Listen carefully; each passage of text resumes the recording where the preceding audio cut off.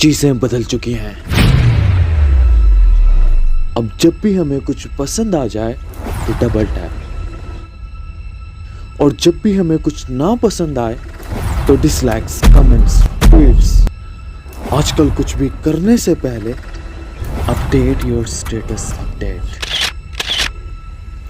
कुछ खबरें देखनी है ऑनलाइन, नए कपड़े खरीदने हैं ऑनलाइन, अपना बैंक बैलेंस चेक करना है ऐप से, किसी को मैसेज करना है ऐप से, कोई भी हेल्थ प्रॉब्लम है गूगल इट, कोई रिलेशनशिप प्रॉब्लम है गूगल इट, कुछ नया सीखना है गूगल इट, और अगर कुछ भी नहीं आता तो गूगल इट। तो आखिर कितना गलत हो रहा है ये सब।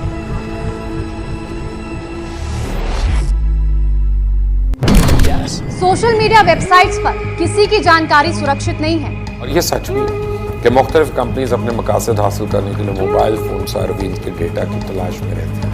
मतलब अब फेसबुक हमारे फेस का डेटा कलेक्ट करेगा। लोगों की सोच समझने के लिए डेटा लिया जाता है कि पसंद क्या है, नापसंद क्या है। फेसबुक के पास में ये सारी इंफॉर्मेशन।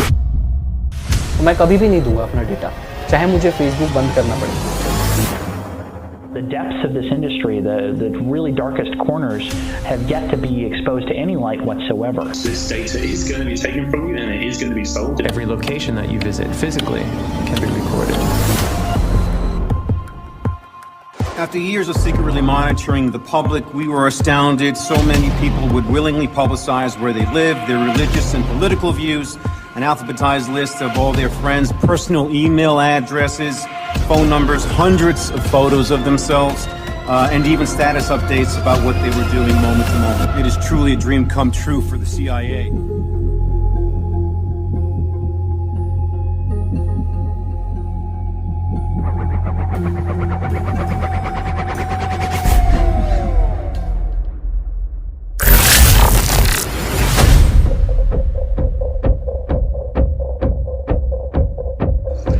ये सब कुछ इस तरह से होता है। तुम्हारा नाम, तुम्हारी उम्र, तुम्हारी हाइट, तुम्हारा वेट, तुम कहाँ रहते हो, कहाँ काम करते हो, तुम्हारी फैमिली, तुम्हारे फ्रेंड्स, तुम्हारे लाइक्स, तुम्हारे डिसलाइक्स, तुम्हारा ईमेल, तुम्हारा फ़ोन नंबर, तुम्हारी हेल्थ कंडीशंस, तुम क्या खाते हो, कितना कमाते हो, तुम्हारा किस मज़हब से ताल्लुक है, और कौन सा पॉलिटिकल लीडर तुम्हें सबसे ज़्यादा पसंद है। ये सभी की सब मिसालें हैं डेटा पॉइंट्स की।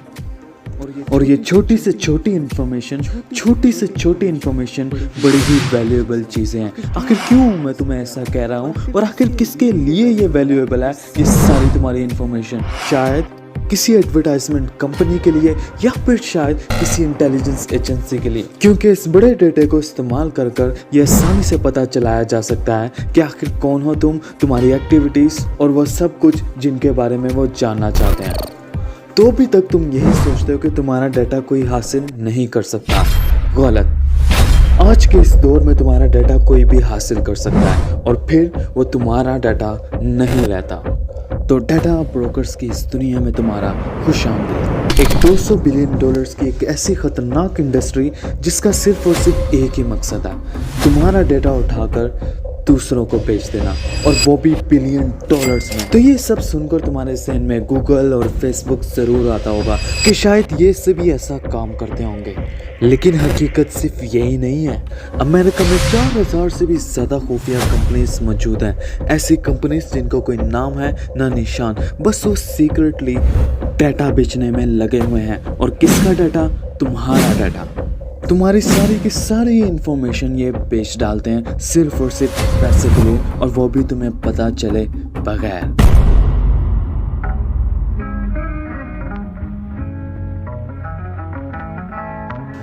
तो चलो दोस्तों, अब हमने खुद लोगों की दी हुई इन्फॉर्मेशन से फ़ायदा उठाना है और इसी इन्फॉर्मेशन को बेचकर पैसा भी कमाना है। तो ये सब करने के लिए हमें कुछ नहीं, बस लोगों का डाटा इकट्ठा करना है, जो कि करना मुश्किल लगता है। क्यों? ऐसे ही आना, लेकिन ये तुम्हारी सोच से भी ज़्यादा आसान है, क्योंकि आज के दौर में लोग अपनी सारी की सारी इन्फॉर्मेशन खुद ही शेयर कर देते हैं, बिना ये सोचे समझे कि डाटा निकाला जा सकता है और ये आसानी से बेचा भी जा सकता है। तो चलो शुरू करते हैं पब्लिक इन्फॉर्मेशन से।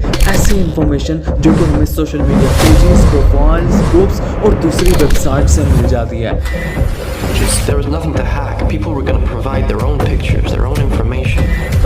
तो अगर हम बात करें सोशल मीडिया पेजेस की, तो यहाँ पर हजारों ऐसे लोग मौजूद हैं जो कि अपने education history, relationship statuses, hobbies, friend list, वो क्या करते हैं, कहाँ रहते हैं, कहाँ काम करते हैं, किन जगहों पर जाते हैं, किन वेबसाइट्स को विजिट करते हैं, किस पोस्ट को वो लाइक्स और डिसलाइक्स देते हैं, कौन से ग्रुप में वो शामिल हैं और किन पेजेस को वो लाइक करते हैं, ये सब की सब इंफॉर्मेशन वो खुद ही प्रोवाइड कर देते हैं, जिसको कोई भी इस्तेमाल कर कुछ भी कर सकता है।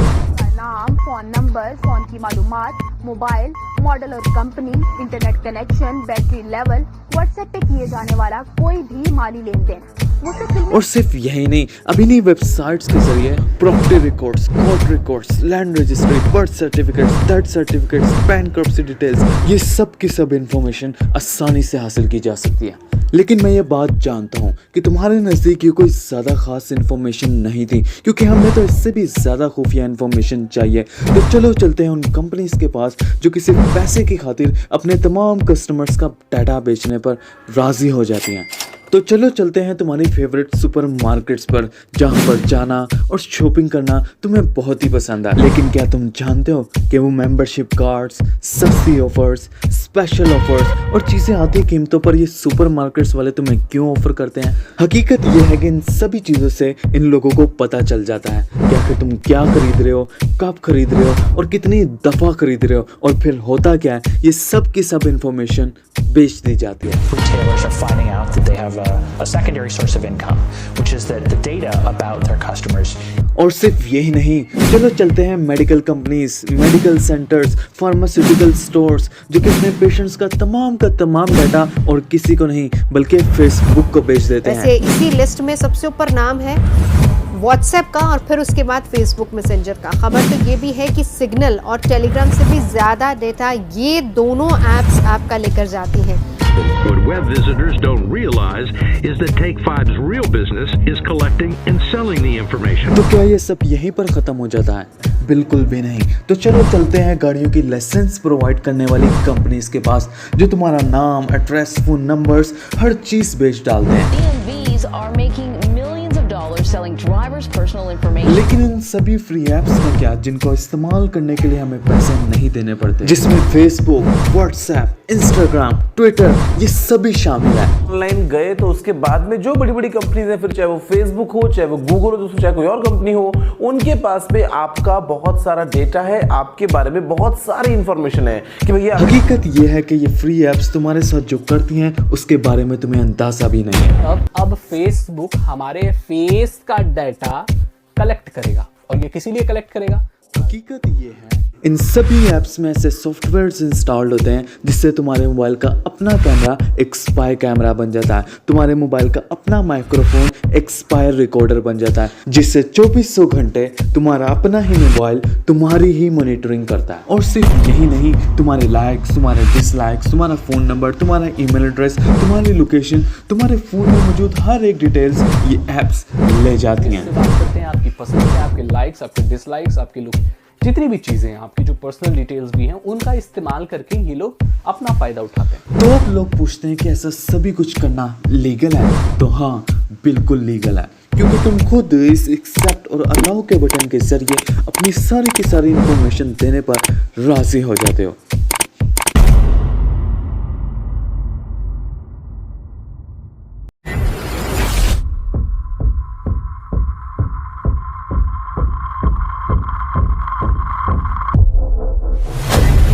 तो जैसा कि हम सभी जानते हैं कि ये सभी डेटा कोई आम सी इंफॉर्मेशन नहीं है, क्योंकि डेटा असल मायनों में है ह्यूमन बिहेवियर, क्योंकि यही वो डाटा है जिससे इंसान की सोच, उसकी पर्सनालिटी और उसका बिहेवियर जानने की कोशिश की जाती है। तो यहाँ से हमें पता चलता है कि किसी भी इंसान के डेटे को हासिल करने का सबसे बड़ा मकसद उसका बिहेवियर जानना होता है। लोगों की सोच समझने के लिए डेटा लिया जाता है। कंपनियां अपना उत्पाद बेचने के लिए ग्राहक ढूंढती हैं। कंपनियों को लोगों की सोच समझने के लिए आसानी होती है। इसका इस्तेमाल राजनीति में किया गया, लोगों की राजनीतिक सोच बदलने के लिए इस्तेमाल किया गया। लेकिन एक सवाल जो कि अभी भी तुम्हारे जहनों में होगा वो ये कि वो तुम्हारा सभी डाटा जो ये लोग website, social media pages, medical centres और जहाँ से भी उठाते हैं उसके साथ क्या होता है। तो चलो मैं बताता हूँ। तो होता ये है कि तुम्हारे सभी डाटे को जरूरत के हिसाब से अलग अलग कर लिया जाता है और फिर उसी डाटे में से इंफॉर्मेशन निकाल कर बनाई जाती हैं प्रोफाइल्स। और ऐसी प्रोफाइल्स जो सिर्फ यही नहीं बताती कि तुम्हें ये ब्रांड पसंद है या वो ब्रांड, या तुम्हें घर पे बैठना पसंद है या फिर बाहर जाना, बल्कि ये प्रोफाइल्स बताती हैं पैटर्न्स। इन पैटर्न से हम ये पता चलाना शुरू कर देते हैं कि आखिर तुम्हारी ओवरऑल पर्सनालिटी कैसी है, तुम कैसे बिहेव करते हो। तो सवाल ये उठता है कि आखिर इन सभी लोगों को ऐसा कैसे पता चल जाता है। तो चलो मैं बताता हूँ।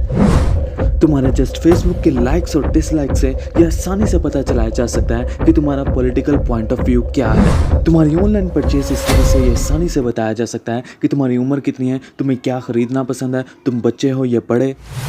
तुम्हारी लोकेशन को बार बार ट्रैक करके यह आसानी से पता चलाया जा सकता है तुम कहाँ रहते हो, कहाँ काम करते हो, किस रेस्टोरेंट में जाना पसंद करते हो और किसके घर ज़्यादा जाते हो। तुम्हारे बैंक अकाउंट से यह आसानी से पता चलाया जा सकता है कि तुम्हारी इनकम क्या है और तुम कितने कर्ज में डूबे हुए हो। तुम्हारी कॉन्टैक्ट लिस्ट से आसानी से बताया जा सकता है कि तुम किसको सबसे ज़्यादा मैसेजेस और कॉल्स करते हो। तुम्हारी इंटरनेट हिस्ट्री को देखकर यह आसानी से पता चलाया जा सकता है कि तुम्हें कोई हेल्थ रिलेटेड कंसर्न है कि नहीं, तुम बाहर जाना चाहते हो या कि नहीं, तुम्हारा कोई ट्रैवल प्लान है या नहीं, तुम कौन सी चीज़ खरीदना चाहते हो या नहीं।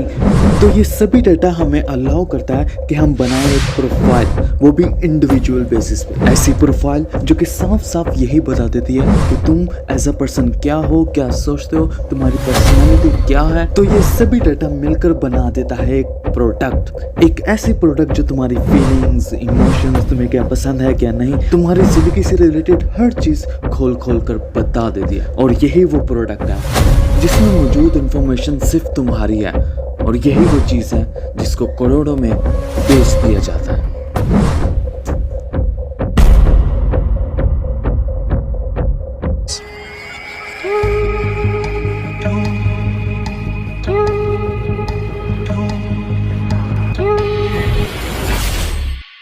तो दोस्तों एक सवाल अभी भी तुम्हारे जहनों में होगा और वो ये कि हमारा वो सभी डाटा जो लोग बहुत सी जगहों से उठाते हैं आखिर किसको और कहां पर बेचते हैं। तो इसका जवाब है जिसको भी ये चाहिए हो, चाहे वो तुम्हारा दोस्त हो या फिर दुश्मन। तो तुम्हारा डाटा खरीदने वालों की लिस्ट में सबसे पहला नाम आता है मार्केटिंग कंपनीज का। तो अगर तो हमारे पास लिस्ट है कुछ ऐसे लोगों की जो कि बड़ी ही हेल्थ कॉन्शियस है और अपनी सेहत का बहुत ही ख्याल रखते हैं, तो फिर तैयार हो जाओ, क्योंकि gyms, medical centres, yoga centres, healthy food products companies, online trainers, ये सब के सब तुम्हारे पीछे पड़ जाएंगे और तुम्हें पैसे भी देंगे सिर्फ और सिर्फ इस लिस्ट को हासिल करने के लिए। क्योंकि जब इन लोगों को इस लिस्ट से पता चल जाएगा कि आखिर कौन कौन हेल्थ के मामले में इंटरेस्टेड है, तो ये और टारगेटेड मार्केटिंग और एडवर्टाइजमेंट करेंगे, जिससे इनके कस्टमर्स बहुत ज्यादा बढ़ेंगे और जब कस्टमर्स बढ़ेंगे तो जाहिर सी बात है पैसा खुद ब खुद बढ़ेगा।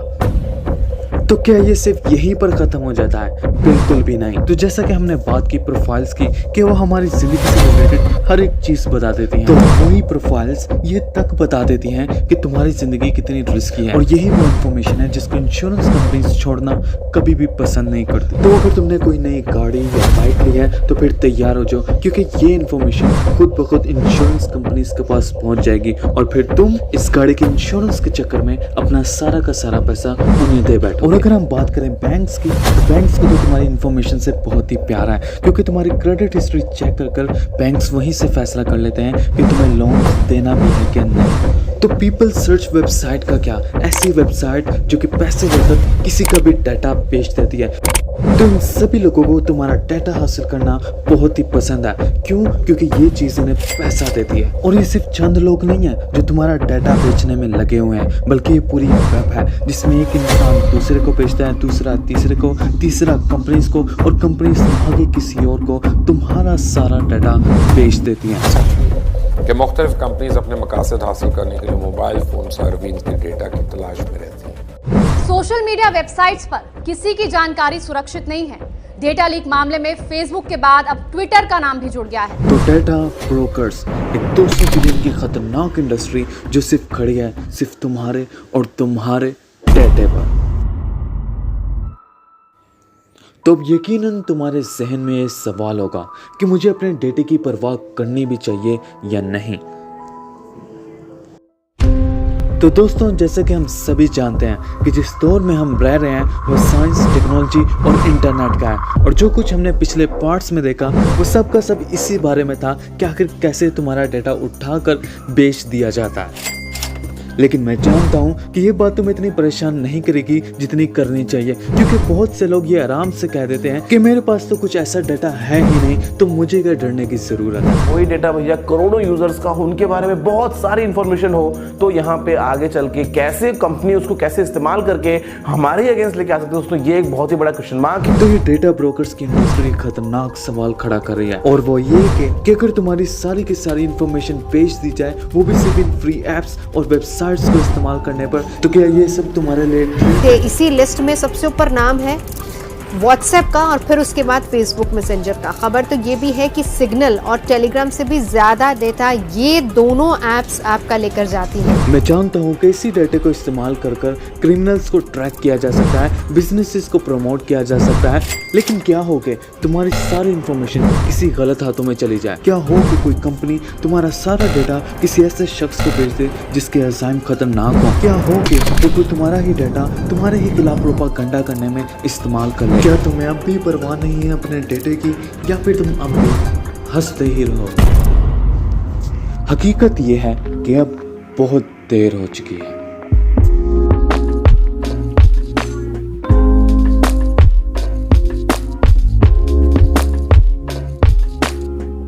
तो दोस्तों, ये थी इस डेटा इंडस्ट्री की कहानी, जिसको मैंने एक्सपोज करने की थोड़ी सी कोशिश की। और आज के इस दौर में तुम्हारा डेटा तुम्हारा बिल्कुल भी नहीं है, क्योंकि ये बेच दिया जाता है, पैसों के लिए इस्तेमाल किया जाता है, खुफिया ऑपरेशंस और वॉर्स के लिए। लेकिन अब सवाल ये है कि सभी से कैसे बचा जाए, तो उसका जवाब हम नेक्स्ट वीडियो में देंगे। तो दोस्तों, अगर तुम्हें वीडियो पसंद आई है तो हिट द लाइक बटन, और अगर बहुत ही ज़्यादा पसंद आई है तो सब्सक्राइब किए बगैर मत जाना, क्योंकि हम वीकली ऐसी वीडियोस लाते रहते हैं।